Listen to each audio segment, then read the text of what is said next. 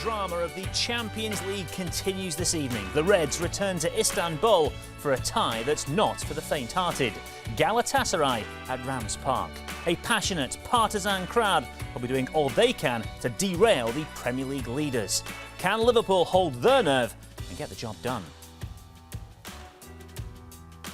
It's match day 2 of this season's Champions League. Galatasaray versus Liverpool.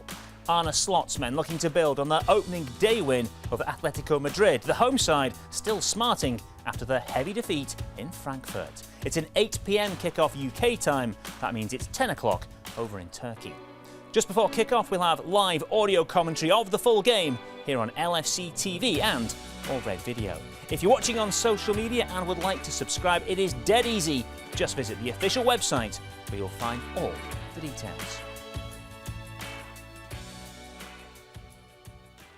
Yeah, welcome along to Matchday Live. It's another huge evening in the Champions League for Liverpool.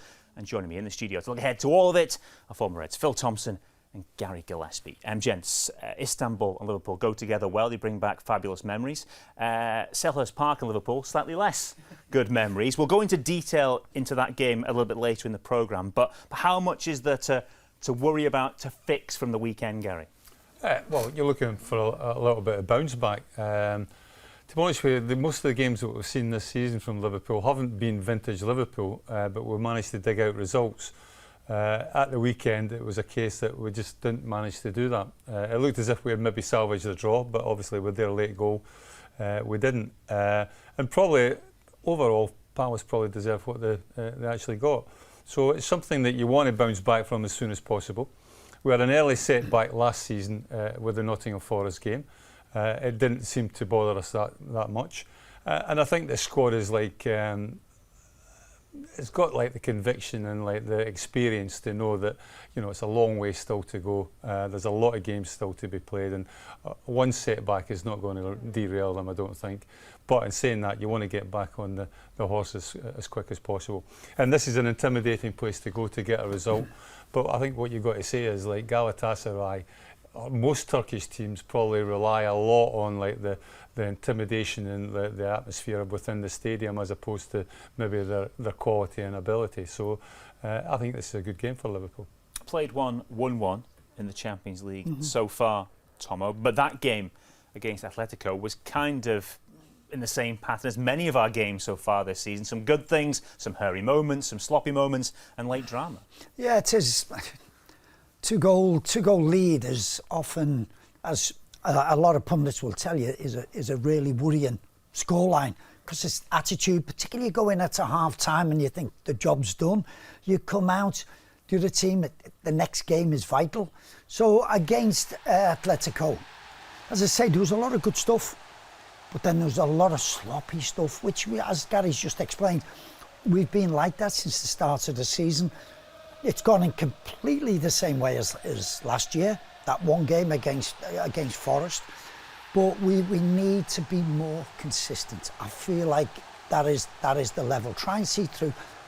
They talk about game management, and I think this is where we should be at the moment. We seem at what did they show on one of the stats? We can see the 10 goals to what it was 4 last year. That is too many. And I think we need to sharpen up. We need to, particularly in the transition, as they call it, we need to stop that. So the boys at the back need to get organised as not to get hit on the counter. Is it overall, Gary, about controlling games more, being able to dictate the tempo of games more? It's difficult because I think probably in all games that we've seen so far, Liverpool have had like the majority of possession in most of them, if not all of them, to be quite honest with you. So controlling the game, yes, but I think you can control it in like different sort of ways. I think the best policy for me is to put the pressure on the opposition like going forward. I don't like teams that just knock it about the back and it ends up back at the goalkeeper and you're playing more or less a lot in like your own half, and like the possession is all in your own half. I like to play in the opposition's half, and I'm sure like Arne Slot would rather have like the possession in the opposition's half than maybe our half. But Tom makes a good point. It's a transition. So when we have got the ball, we've been like vulnerable in counter attacks. Well, I think that with the transition, if that's what you want to call it, but it's the press, which a lot of teams now have sort of.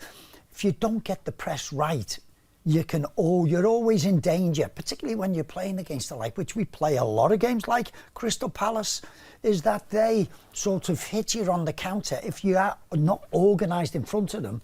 And so the press isn't, I don't think we've seen one game where you've gone, we've pressed them. Probably Arsenal a little bit, we've seen it. We got better that second half, but the majority of the time the press doesn't seem to be working quite right. I think that is all down to like personnel and the positions that we find themselves. I think the big problem I seem to think that we've got at this moment in time is Wirtz playing in that position where Szoboszlai played last season. Now Szoboszlai, I mean, you just need to look at him, he's a machine. He gets round the pitch really, really well, and he was kind of the trigger for me in all of Liverpool's pressing last season. He's the one that goes and presses, and then like everybody follows that. Wirtz is not that sort of player. So I think we've got to get that balance right in that position. Not to say if we don't, I think we'll still be successful. I think we'll still win games. But that for me is the difference between like this season and last season. OK, I'll be getting plenty more from Phil and Gary here in the studio over the course of the evening. But over in Turkey for us is Peter McDowell, who is standing by with news of Liverpool's lineup. Pete. Well, welcome inside here. Welcome to Istanbul, the home of Galatasaray for the first time tonight. I think you can hear what kind of atmosphere we're going to have inside here. The last time these two teams met was 2006. Robbie Fowler, Luis Garcia and Peter Crouch were on the score sheet, and that was in the now world-famous Ataturk Stadium. But this is Rams Park. There'll be 54,000 inside here tonight. And if we can just pan upwards, you can see how small the gap is in the roof. It's designed specifically to keep all the noise within. And it once broke a record for 131 decibels. Such was the intensity of the crowd noise in here. They've had Madonna, they've had Bon Jovi. But this is one of the iconic nights that they're looking forward to in terms of welcoming Liverpool. And Arne Slot has asked for a noisy performance from his team tonight after what happened at the weekend. He says ordinarily they'd be in a position where they'd have quite liked a little bit of extra rest, but they want to right the wrongs of what happened at Selhurst Park at the weekend, and they hope that could be here tonight. A squad of 21, and he makes 4 changes because he thinks the majority of players from the weekend are ready, and the big headline being no Mo Salah in the starting 11 for Liverpool tonight. So let's take a look at that team in full for you then. It's Alisson Becker in goal, who saved the Victor Osimhen penalty in the Champions League when he was a Napoli player. He keeps goal tonight, no question mark over that. Virgil van Dijk, Ibrahima Konate and Milos Kerkez. Kerkez, by the way, the only player to appear in all 9 games so far in Liverpool colours. Then it's Wirtz, Szoboszlai, who might end up playing at right back tonight by the looks of that team. Curtis Jones, who's only started 1 of the last 3. Gakpo, who has played against Galatasaray before. He won over 2 legs as a PSV player back in 2021. Ekitike back in the side. 5 goals in his first 8 already this season. And he says he's relishing life alongside Alexander-Isak to learn from and play alongside. Frimpong could be in that advanced right side position that Mo Salah vacates tonight, and Ryan Gravenberch completes the 11. Subs are Gomez, Endo, Isak, who played 84 minutes on Saturday, McAllister, Salah to bring on as well. 51 European goals he scored. In context, the rest of the squad have 31 between them. He's European royalty, 2 goals away from 250 Liverpool goals in all competitions. And he's got 19 in the last 21 Champions League group stage games. Bradley, Robertson, Engamoa, Marmadashvili and Woodman. You know about the record of Galatasaray. They played Antalyaspor at the weekend and they conceded 22 shots against them. It's been a punch-perfect record for Galatasaray, but with the shots they did concede, Liverpool will look at least to hit that number here tonight. Thank you, Pete. More from Pete to come through the course of the show. We should start with the headline: omission. Mohamed Salah on the bench. Very rarely does he miss a Champions League match. The last one he didn't start was the game that was a dead rubber against PSV at the end of the league phase last season, but by and large he tends to be in the side. What do you think the reason is behind that, Tom? What's the thinking of Arne Slot? It's probably maybe that we're going to give up a bit of possession there today, and we're going to have to sort of take a lot of pressure in that early part of the game. The crowd will be up for it, as Pete was just saying then. You've got to be ready for it. You've got to try and do your best to silence that. And I know it's going to be very difficult, but I would think that he's picked that. For me, Mo Salah should always play. And maybe he's not had the best start to a season, but that's Mo. And he's always there with an assist, with a goal. Doesn't matter whether it's a penalty or not. I do think he should always be in the lineup. Does it shock me? Probably not for this sort of a game. And I think that's the only thing that I can think why Frimpong will be playing on that side. Probably a solid rather than spectacular start to the season for him. What we've tended to see, though, in the past during his Liverpool career is when he has been left out, he tends to pop up and answer it by scoring a goal, getting an assist, making a contribution. So it might actually prove to our benefit. Yeah, it was a big call from Arne Slot, as Tom rightly says. I mean, it's normally like Mohamed Salah like first on the team sheet, so big call from the coach. I think Tom hit the nail on the head. I think it's probably like from a tactical point of view. Regardless of how Mohamed Salah is playing, I think he'll start 9 times out of 10. But I think in certain games like this, where you maybe feel as if your team's going to come under quite a little bit of pressure, not just on the pitch but from off the pitch as well. I think you want everybody pulling together. And let's face it, Mohamed Salah on that right hand side is given more or less a free licence to do whatever he wants to do because he's Mo Salah. And one thing, he does get back now and again, but he's not the best at this moment in time in helping his fullback. So I think down that side, you certainly got energy, you certainly got legs in the likes of Frimpong, and it looks as if Szoboszlai again is going to fill in at right fullback.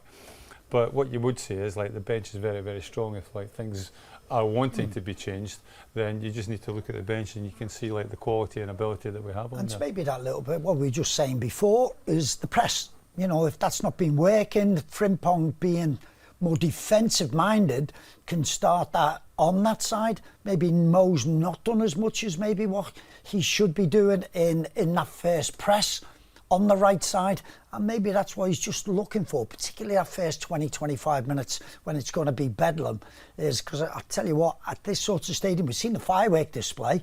You know, these can teach the USA fans a thing or two. Yeah, but anyone hasn't seen it, about what, 2 a.m. outside the team hotel. We've the all locals been used to that. The locals letting off fireworks just to keep the boys up. It's all part of the fun of these European games. We're sort of talking about how the lineup. Are we all in agreement it's most likely to be Dominic at right back and Jeremy Frimpong in advance of him playing that kind of wide right role? I can only think that, to be quite honest with you. I think Frimpong has been a winger, converted into a kind of wing back, so it would make sense that will be. He's a road runner as well, so if there is a chance to counter attack, and I think that will be the combination down that right hand side. And we've seen already that Szoboszlai is more than capable of playing in that full back position. The only other thing you would say, maybe like Curtis Jones could maybe go back there and Szoboszlai goes into the middle. But I mean, they've got options, and that's the biggest thing that they like. Yeah, that's the only other one, isn't it? Whether Curtis would go there, he's played there right back. But I would think because Dominic's made such a success at it, I think he's the natural one, and he'll get support from Jeremy just in front of him. Hugo Ekitike back in the side. I guess it's one of those games where the easiest way for him to make people forget about his sending off is to come in, score tonight, and then no one remembers it. Well, that would be absolutely lovely. But you can see him coming in because of what happened. He missed out at the weekend. The minutes for Alex is got to be managed. And this sort of game, you can see where Ekitike just drops off more than what Alex does. He drops into the space, helps out maybe in that role in there as a number 10, doubling up as a number 10, whereas Alex likes to play on the edge, pushing up on the centre-back. It wasn't the cleverest thing to do. But I just think the excitement of being at a new team wants to be accepted. But listen, he's not the first player to take his shirt off, and he certainly won't be the last. I don't get it myself, to be quite honest with you. Never tempted? No. He's got a few goals. Never tempted to whip the shirt off? Well, you'd have probably been able to do it back in the day, like, but I just don't get it. I don't understand like why they do it. But there you go. But what you can say about Ekitike, he certainly came in at the club and he's hit the ground running. And he's one of the new signings that's probably done that, to be fair.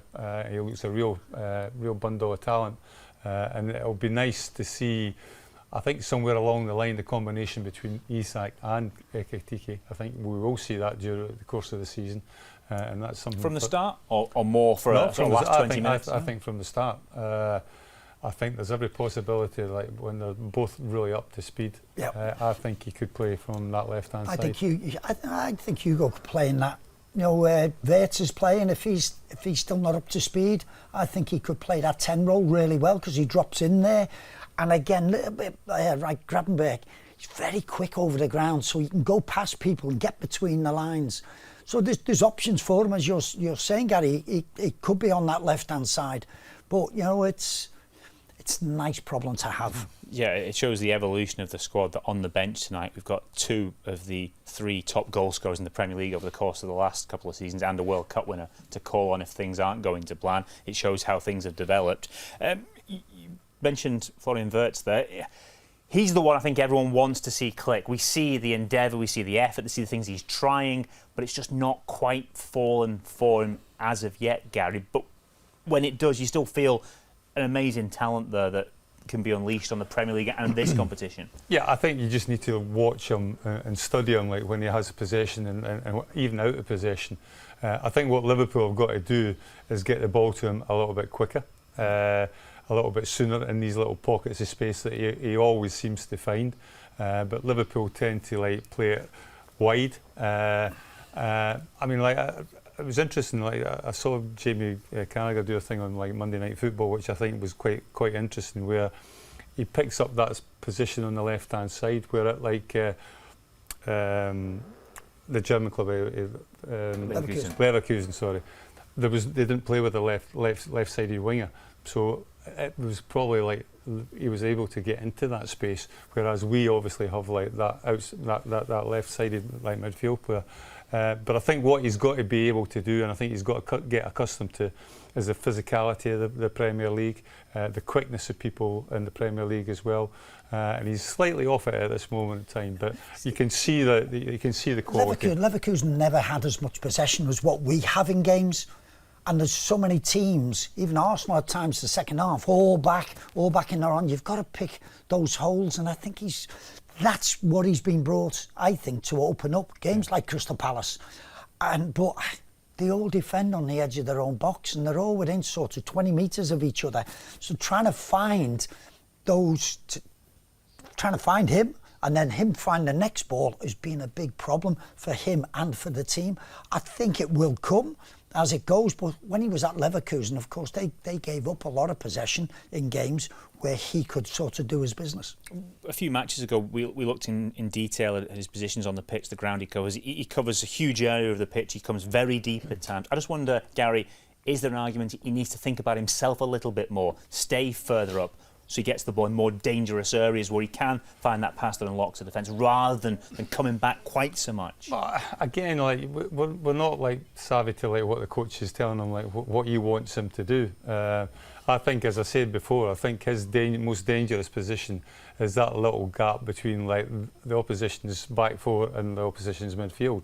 If he can get in these little pockets of space, which he has done, it's just that Liverpool haven't really been able to thread the ball through to him often enough for him to cause the problems that we know he can cause.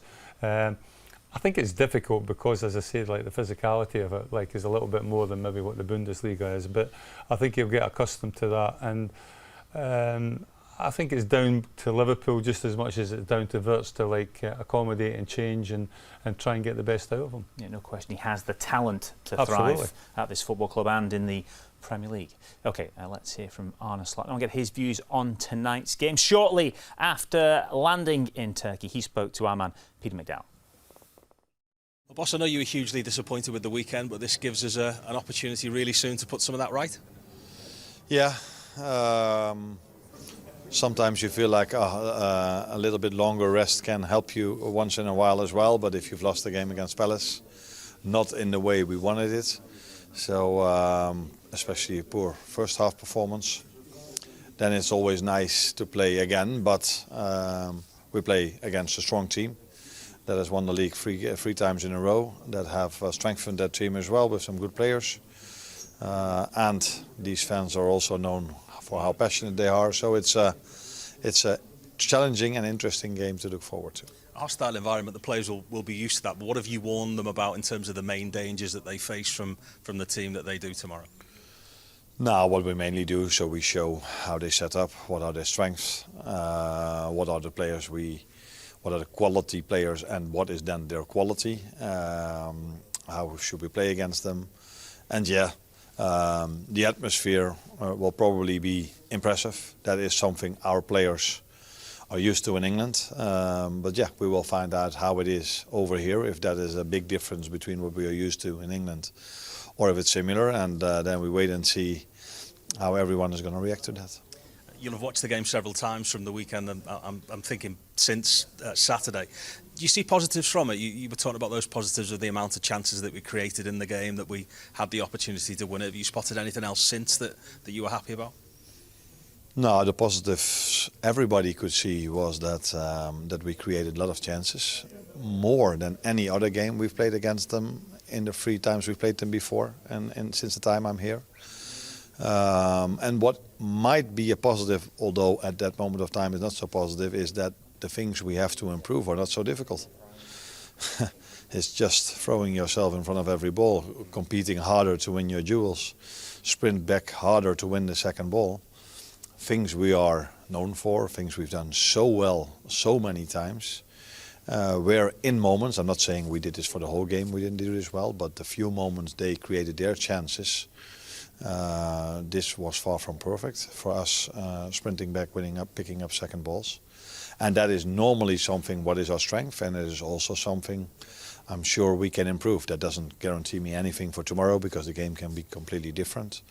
But I think if you concede 2 set-piece goals, that is maybe not a coincidence. If you saw how we played without the ball, it wasn't the intensity where we are known for so many years already. And just finally, does it have an impact, that quick turnaround again, in terms of what you do? Rotation more in your mind, or less so?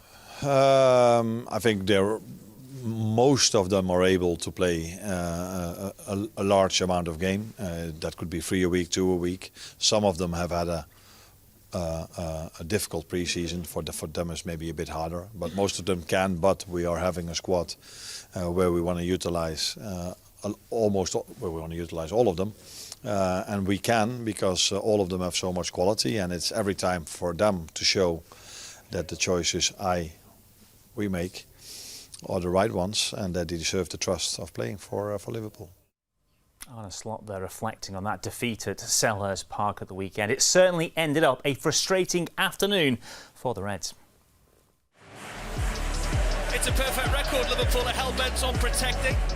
The Reds, though, will hope to continue their near-punch-perfect start against the only other Premier League unbeaten team. Cameron's corner comes in then, and it is Marquet in there, and a chance put away by Ismail Assar. Big chance this, huge save Alisson Becker.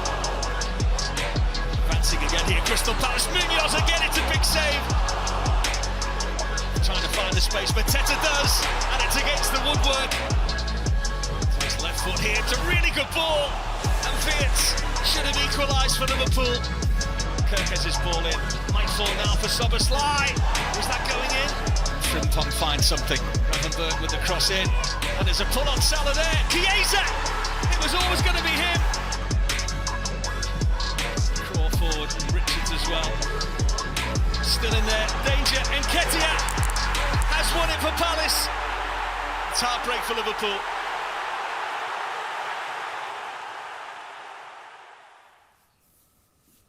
Yeah, difficult day at the office. For once, it was us on the end of a late winner. Damn, that's how it feels. That's why so many people have been annoyed at Liverpool so far this season. Arne Slot was trying to take the positives from the day. We'll do a little bit of that in a moment as well ourselves, but we should focus on the issues, the goals conceded. The first goal, Gary, Ismail Assar with it, messy, one that can easily be dealt with. There's opportunities for the ball to be cleared from the penalty box. Well, I think the biggest thing is, it seems to be at this moment in time, if teams miss out Virgil van Dijk, then we've got a problem. He's so commanding in that area, and in fairness to Konate as well. I mean, in the first place, it should have been a corner. It should have been a goal kick. But in saying that, once it has been given, then you've got to defend it, and we didn't do it. It's interesting actually, because last season we defended set plays really well.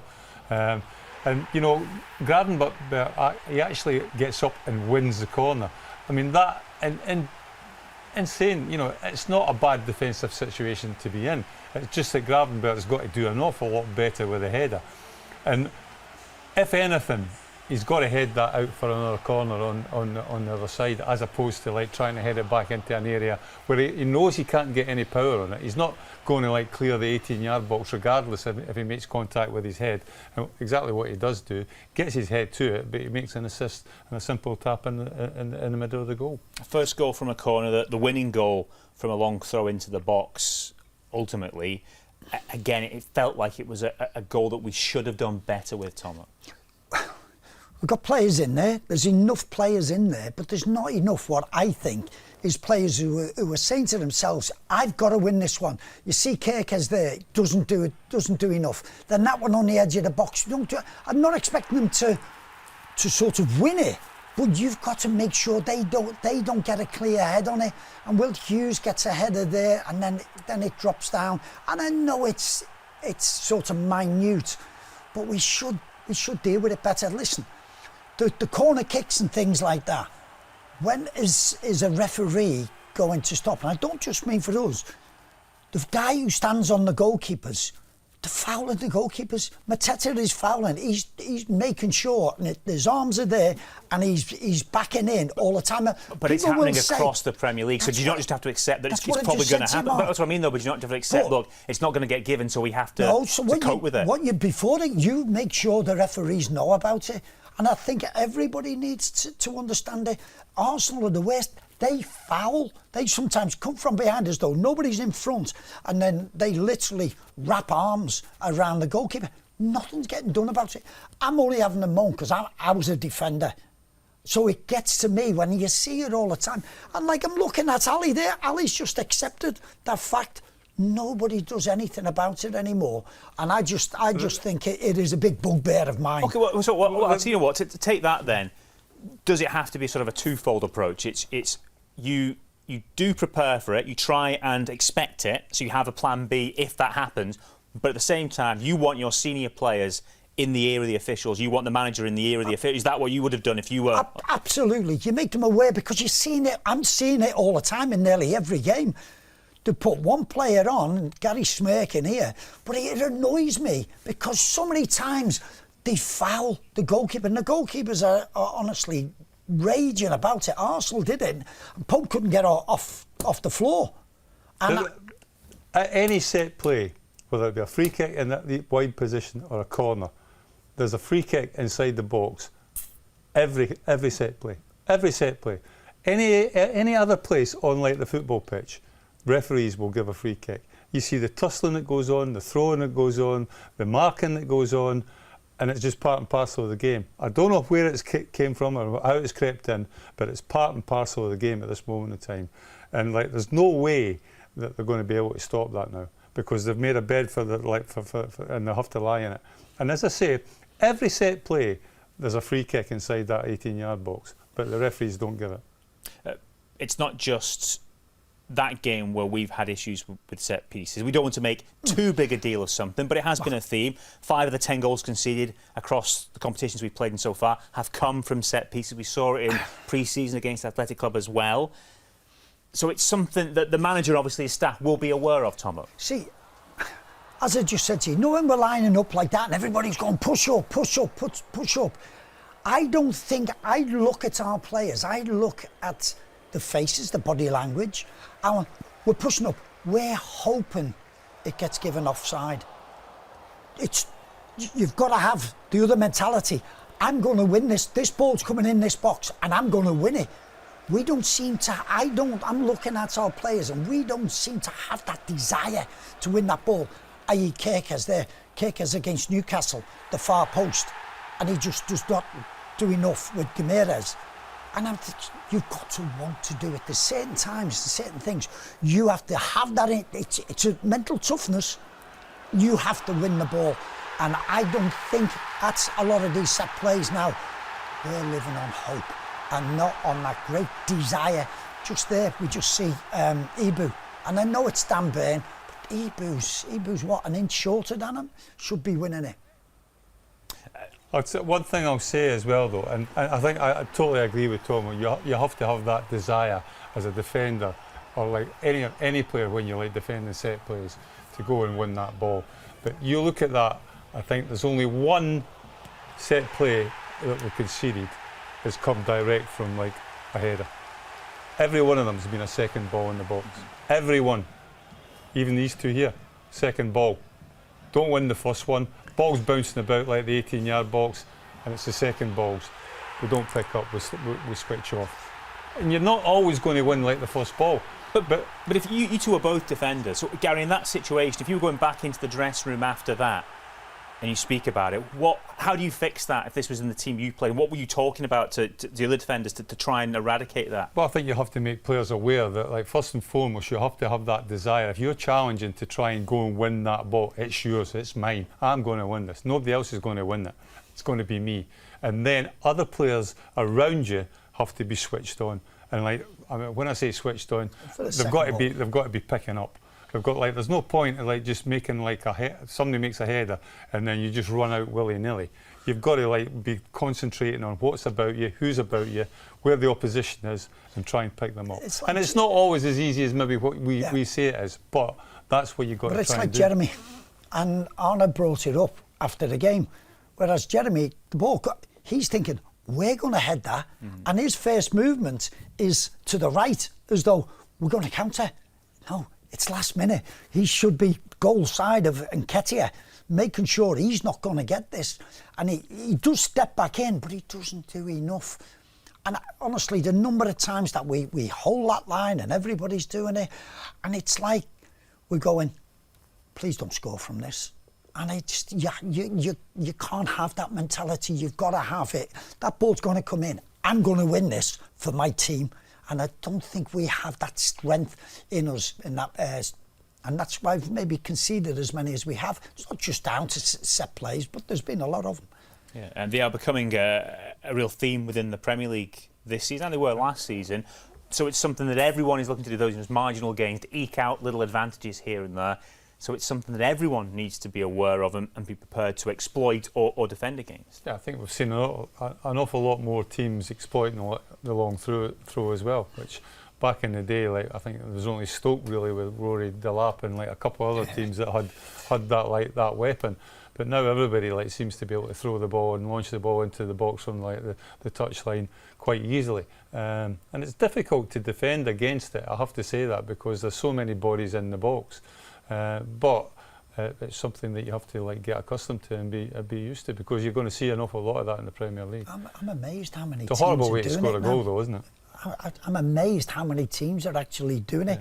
Teams that you wouldn't think. There's Arsenal who are doing it now, and everybody seems to have that and go, hold on a minute, this can be a weapon. And Brentford, who made such a great sort of effort at finding out who can take them from both sides without somebody running across to the other. And they must do it right. We're going to have today, let's see who can throw it the furthest. And they put those people on it, and it causes mayhem in penalty boxes. So Chelsea undone against Brentford. Carvalho with a goal, the second ball. It's been a theme. We're not the only team to struggle. It felt like a defeat. It was a defeat. It felt like a real blow at the end of the game against Palace. When you look at the league table, though, you have to remind yourself of the fact it is an individual blip so far within the Premier League campaign. We are still sitting at the top of the table, albeit now with just a 2-point lead over Arsenal. And Palace, it wasn't a blip for them. They have been excellent so far this season, picking up where they left off last season.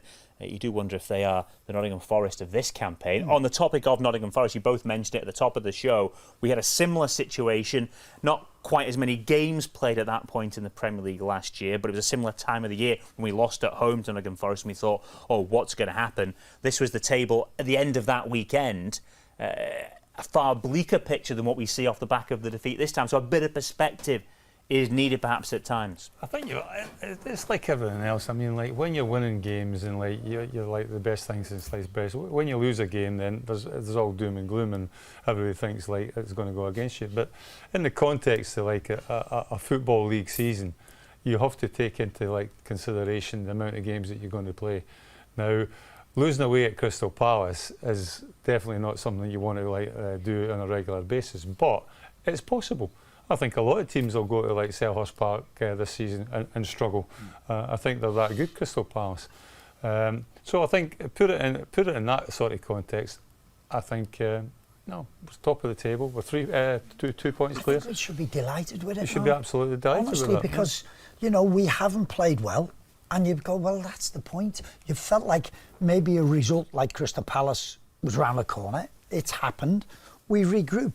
And that's what we did after the Nottingham Forest game. I know it was only sort of 4 or 5 games in, but my goodness, that spurred us on to go on a lot sort of bigger run. So there's so much quality in this side. There's so much quality on the bench that I think there's better things to come. We just need to get a little bit of momentum. But even before the Forest game, we weren't playing absolutely fantastic football. But if you want to take positives from the weekend, one we can take is Alisson's performance. He again reminded us that if he needs to be called on consistently in a game, Gary, he can deliver big save after big save after big save. At times, he was a one-man wall against Palace. I mean, it was sensational. I can't remember the game off the top of my head last season where he played. It was like probably PSG away. Probably the best goalkeeping display you've ever seen in your life. And this was like I'm saying pretty similar. I mean, like these saves here, I mean, that's a goal, isn't it? Like the guy that he thinks just hit the target, he's got to score. But no, fantastic saves all round. And they're all kinds of different saves as well. Like, like the movement that's obviously two down to his right hand side. But, it's just like get your body in there and like, from a defender's point of view, it's a blessing, isn't it? I mean, this is where I think he's superb. In one-on-one situations, I mean, like Schmeichel was good, but I think Alisson absolutely tops that. See, a lot of these clips are all counters and we're like all over the place if you want. And it is that was offside. Right? Yeah, very much so. But he still saves it. Yeah, He's been fantastic. Yeah, he has been a stalwart since he arrived at the club and underlined and reminded us of his abilities at the weekend. Something to take from what was a difficult result in the end down at Selhurst Park. OK, it is time for viewers on social media to leave us, but our Matchday Live build-up will continue here on LFC TV and also on All Red Video. If you aren't yet a subscriber of either, then you can find the details of how to sign up online at liverpoolfc.com/watch. Coming up in the rest of our pre-match show, from just before kick-off, Steve Hunter and Neil Mellor will guide you through all the action with our live audio commentary service. Then, after full-time, we'll be back in the studio to look over the game. That post-match show will also be available to listen to in the reaction later on the club's official podcast. And you can watch the full game on LFC TV from midnight. And don't forget, the latest episode of Inside will drop on All Red at some point tomorrow.